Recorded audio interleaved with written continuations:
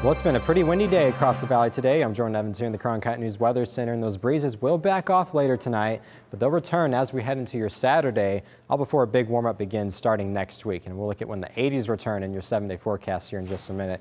But again, let's talk about those breezes tonight. Still going to be pretty gusty, not just for Phoenix, but for areas off to the east as well, and for the high country, represented by all those pink and purple shadings there. Gusts up to 40 to 50 miles an hour in most of those spots. But those breezes will back off later tonight as we head into tomorrow, except for the Colorado River Valley. And that's because when those winds have a northerly component, they get accelerated down the valley out there, which is why Bullhead City and Lake Havasu City are going to still be pretty breezy throughout the day tomorrow. So keep that in mind out there to the west. But again, for future casts, it's going to remain pretty quiet for the next 7 days. We will see those clouds increase later on Friday, but abundant sunshine looks to return as we head into the weekend. So definitely some good news there. I want to talk about that storm system, though, which brought a lot of rain and snow to parts of the state yesterday. It has quickly intensified as it moved off to the east, and it's expected to bomb out later today, which means the central pressure is going to drop about 24 millibars in 24 hours, and it could be as equally as strong as a Category 1 hurricane later tonight, as those breezes and winds out in Colorado and Nebraska are expected to approach 80 miles an hour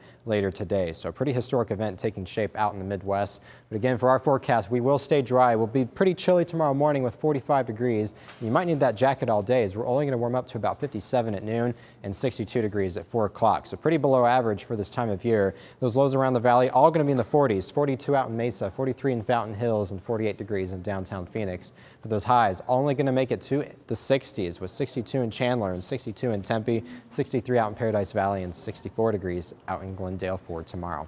Tracking those lows across the state, still freezing for most of the high country. Teens and 20s for Flagstaff and along the rim.